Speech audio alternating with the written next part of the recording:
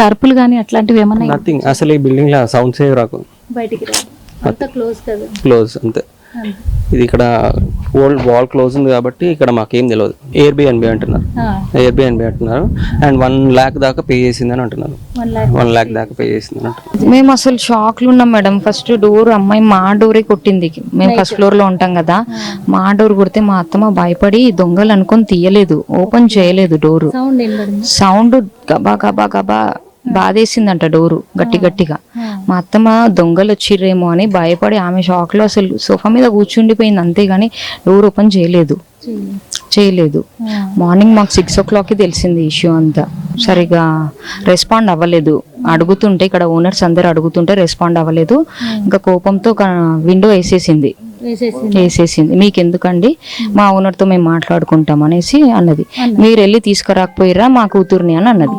Office అనే చెప్పినారు, daily వస్తుంటారు, అంత డిస్టర్బెన్స్ కూడా మాకేం ఉండదు. 2nd floor కాబట్టి మేము అంతా పట్టించుకోము. మా ఫ్లోర్ వరకే మేము ఉంటాము, చూసుకుంటాం, రావడం పోవడం అంతవరకే. కానీ 2nd floor వరకైతే మేము ఎప్పుడు పట్టించుకోలేము. అంటే తను గోడ దుంకింది అంటారు, మేము చూడలేదు. మా పాప రాత్రి 2 వరకు చదువుకున్నాక కరుపులు ఎక్కువ నచ్చినట. మమ్మీ భయం వేసింది నాకు, నేను లైట్లు వేసి ఇట్లా విండో తీసి చూసిన వరకు ఇట్లా వచ్చి అట్లా పోయింది. అట్లా గోడ నుండి అట్లా వెళ్ళిపోయిందంట. వెళ్ళిపోయి పైన వాళ్ళని ఆ డోర్ కొట్టిందంట. వాళ్ళు ఈ బిల్డింగ్ లో ఆ డోర్ ఇటు మొత్తం రోడ్డు మీద కేకలు కాపాడండి అని సంథింగ్ ఏ పేరు వాళ్ళకిందట. ఆ పేరు నాకు గుర్తులేదండి, తనకు తెలుసు ఆ పేరు ఏందో. తర్వాత ఆ డోర్ కొట్టిందంట, వాళ్ళు లేరు. ఈ డోర్ కొట్టిందంట, ఈమె లేదు. మళ్ళీ గేటు కొట్టిందంట, మా గేటు కొట్టింది. కొట్టే వరకు మేము రాత్రి కదా, ఆ రోజు నేను బండి వరకు 1:30 అయింది. మేము లోపల పడుకున్నాం. మా పాప భయం వేసి లోపల డోర్ పెట్టి మమ్మీ నాకు భయం లోపల పడుకుంది. పొద్దున లేసి మమ్మీకి ఇలా జరిగింది, అబద్ధాలు అడుగుతున్నాను అట్లా, నిజం ప్రామిస్ మమ్మీ జరిగిందంటే పక్కామని అడిగిన. అంటే అవునరా జరిగింది, కేకలు వేసుకుంటూ ఊరుకుంటూ వచ్చింది. ఊరుకుంటూ వచ్చి ఇటు వెళ్ళిపోయిందంట. వెళ్ళిపోయి టెంపుల్ కాడికి వెళ్ళిపోయిందంట. అంతవరకు తెలుసు, తర్వాత నాకేం తెలియదు. మొత్తం తిరిగేసింది. మళ్ళీ ఇక్కడ బ్యాచులర్స్ ఉన్నారు కదా, ఆమెకు గుడ్డ కప్తామని ఆమె ఎమ్మడి వెళ్ళారంట 3 బ్యాచులర్స్. కానీ ఇక్కడ కింద ఉంటారు, కానీ నాకు తెలియదు అంతవరకు తెలిసింది. చూసారు కదా, స్థానికులు చాలా అనుమానాలు వ్యక్తం చేస్తూ ఉన్నారు. ఒక 3 వెళ్ళారు అని చెప్పి ఆమె చెప్తూ ఉన్నారు. ఆఖరిలో ఆ 3లో ఎవరైనా ఉండుంటారా? అనేక అనుమానాలు వ్యక్తమవుతూ ఉన్నాయి. అక్కడ లోకలైట్స్ చెప్తున్న దాని ప్రకారం చూస్తుంటే క్వశ్చన్స్ రైస్ అవుతూ ఉన్నాయి. ఇంటికి వెళ్ళి తలుపు కొట్టింది, కాపాడమని చెప్పి రిక్వెస్ట్ చేస్తుంది అని చెప్పి. ఎందుకోసం? ఒకటి, అక్కడ ఇంటిలో నుంచి ఏదైనా ఇష్యూ అయిన తర్వాత తల్లితో మనకి ఒక్కసారి ఆ ఓవరాల్ పిక్చర్ గురించి మాట్లాడుకుంటే, ముందు రోజు వినిపించిన మాట ఏంటంటే కనుక ది వెరీ ఫస్ట్ తల్లితో గొడవపడి ఇంటికి గొళ్ళెం పెట్టింది, బయటకు పరిగెత్తుకొచ్చింది. అదే నగ్నంగానే ఇటు గుళ్ళోకి వెళ్ళింది, అక్కడ చీరను దొంగిలించింది. అక్కడి నుంచి ఇంకా కనిపించలేదు. ఆ తర్వాత కనిపించింది నిర్జీవంగా అని చెప్పి ఇది వినిపించిన మొదటి మాట. పోనీ అదే తీసుకుందాం, తల్లితో గొడవపడి ఇంట్లో గొళ్ళెం పెట్టేస్తుంది అనుకుందాం. అక్కడి నుంచి వచ్చి ఎందుకు కింద కొట్టింది? అంటే మిగిలిన వాళ్ళు ఎందుకు డోర్ నాక్ చేసింది? తలుపు ఎందుకు తట్టింది? వాళ్ళ తలుపు తట్టవలసిన అవసరం ఏముంది? అంటే తల్లి ఏమైనా బెదిరించిందా? లేకపోతే మానసికంగా ఏమైనా బెదిరింపులకు గురైందా? ఆ సందర్భంలో తల్లి నిలవరించే ప్రయత్నం చేస్తే తల్లిని పక్కన నెట్టేసి గొళ్ళెం పెట్టేసి భయపడిపోయి బయటకు వచ్చిందా? లేకపోతే ఇదే కాంటెక్స్లో ఎవరైనా వేరే వ్యక్తి కారణంగా తల్లి కూతుల మధ్య ఇష్యూ రైజ్ అయ్యి ఆ వ్యక్తికి సంబంధించి గొడవ పడుతున్నప్పుడు, లేకపోతే ఫోన్లో ఉన్నప్పుడు, అప్పుడు తల్లితో ఇష్యూ కాన్వర్సేషన్ జరుగుతూ ఉన్నప్పుడు ఆ కమ్యూనికేషన్ ఇష్యూ వచ్చి తల్లిని ఇంట్లో బంధించి కాపాడండి అంటూ బయటకు వచ్చిందా?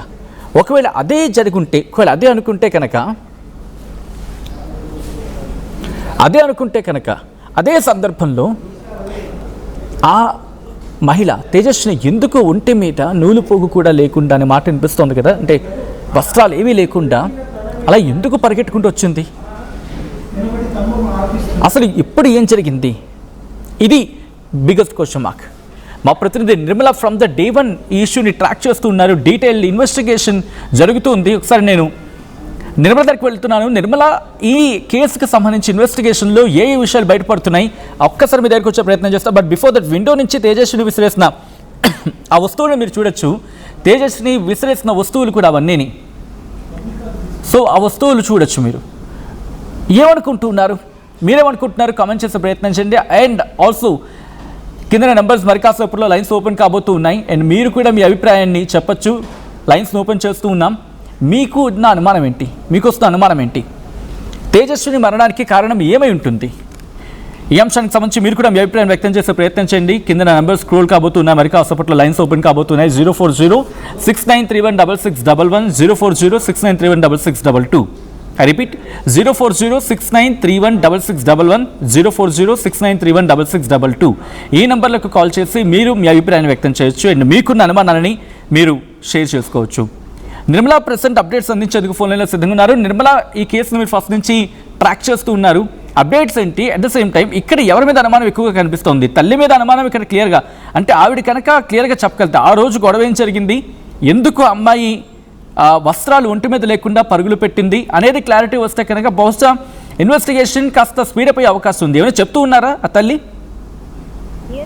ఇక్కడ చాలా వరకు 90% కూడా కాలనీ వాసులంతా కూడా మరి తల్లి మీదే అనుమానం వ్యక్తం చేస్తూ ఉన్నారు. ఎందుకు అనంటే అర్ధరాత్రి సమయంలో పెద్ద పెద్దగా అరుపులు వినబడి, కేకలు వినబడి, గొడవ కూడా ఆ సెకండ్ ఫ్లోర్ లో నుంచి వినబడము అక్కడ ఉన్నటువంటి స్థానికులు, అలాగే ఇంటి వెనకాల ఉన్నటువంటి ఇంటి వాసులు అంతా కూడా, కాలనీ వాసులు వాళ్ళంతా గుర్తించడం కూడా జరిగింది.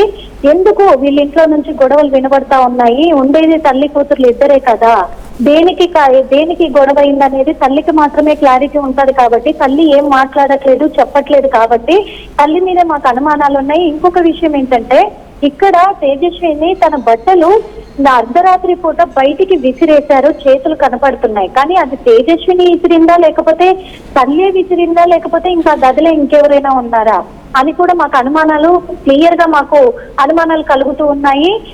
ఈ ఘటనకు సంబంధించి క్లారిటీ నిర్మల, అంటే తను విసిరేసినవి ఇంట్లో వస్తువులా లేకపోతే తను ధరించిన దుస్తులా?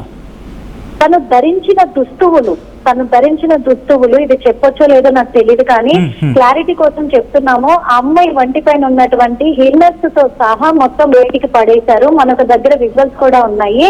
అలాంటిది ఆ ఇన్నర్స్ తో సహా అమ్మాయి మొబైల్, అలాగే ఇయర్ పాడ్స్, అలాగే కేబుల్, ఒక బుక్ కూడా, అమ్మాయి ఒక బుక్ రెగ్యులర్ గా చదువుతూ ఉంటుంది, డీప్ వర్క్ అనే బుక్, ఆ బుక్ కూడా పడేయడం జరిగింది. వాటితో పాటు ఒక షాంపూ బాటిల్, బెడ్షీట్స్ అవి కూడా బయటికి విసిరడం జరిగింది. అంటే ఎవరు విసిరారు అది అనేది క్లారిటీ లేదు ఇప్పటి వరకు, కానీ చేతులు మాత్రం కనిపించాయి అని చెప్పేసి స్థానికులు చెప్తున్నమాట. ఎందుకంటే ఆ గొడవ అవుతున్న సమయంలో మాకు అరుపులు వినబడడంతో మేము ఏం జరుగుతుందని చూద్దామనే ప్రయత్నంలో విండోస్ ఓపెన్ చేసి చూసిన క్షణాలది.